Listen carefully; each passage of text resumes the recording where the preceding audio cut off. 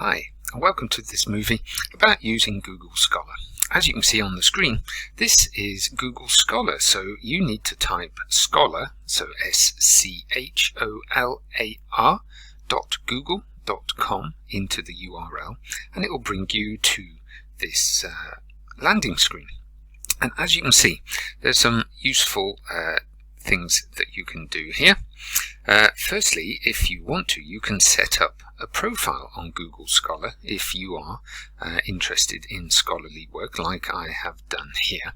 So you can set up a profile to show your photo and your name and contact details, and when you have some published, you can link your profile with all the papers and articles that you have published out there.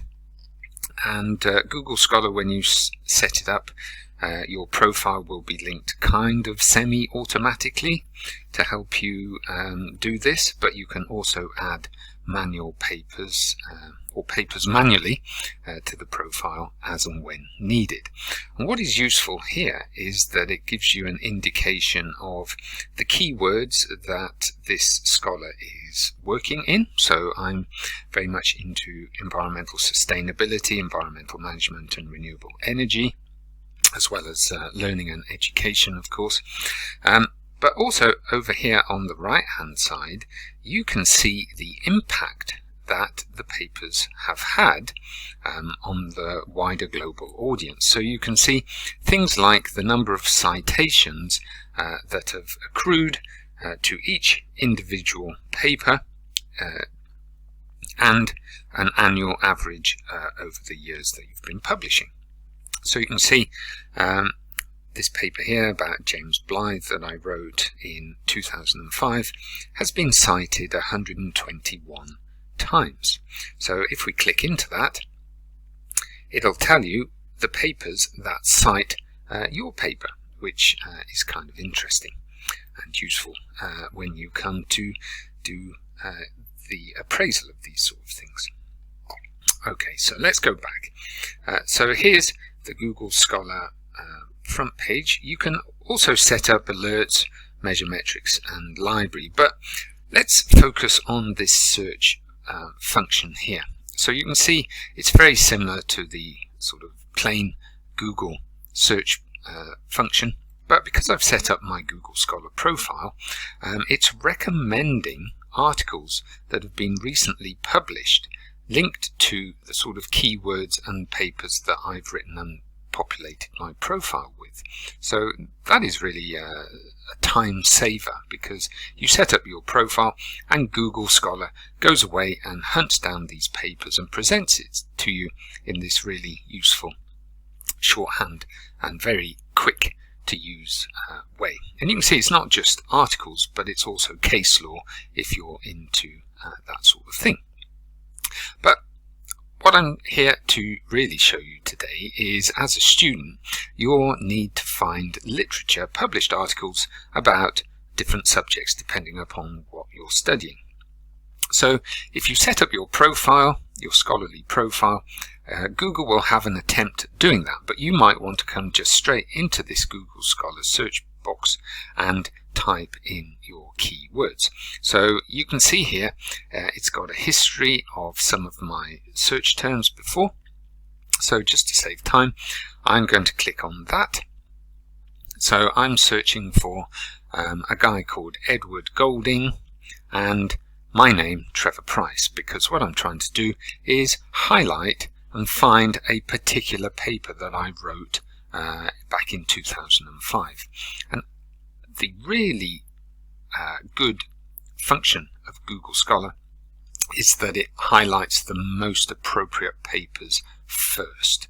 But as you can see on the left hand side, you can also filter your search terms in terms of the year it was published or a range of years. You can sort the papers by date. You can include patents or not, and include citations or not. So it's a really useful function here, this search box.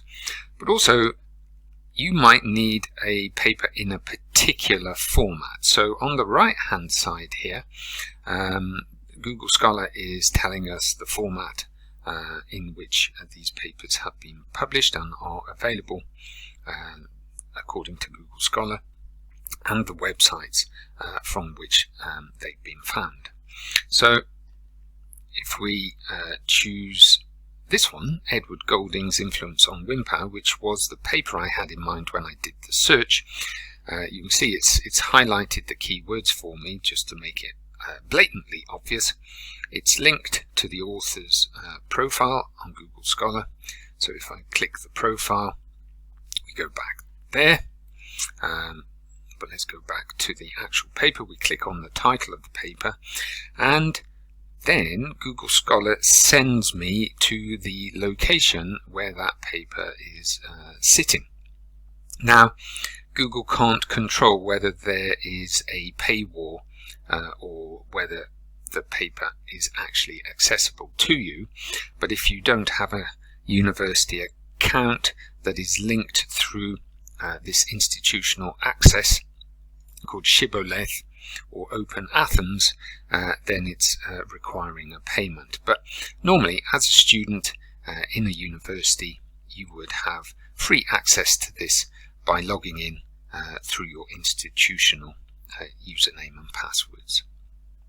So you can see it's an extremely powerful tool to help you. If I choose this one, which is a PDF file, not exactly relevant to my search terms, but just to show you what happens. Here we go.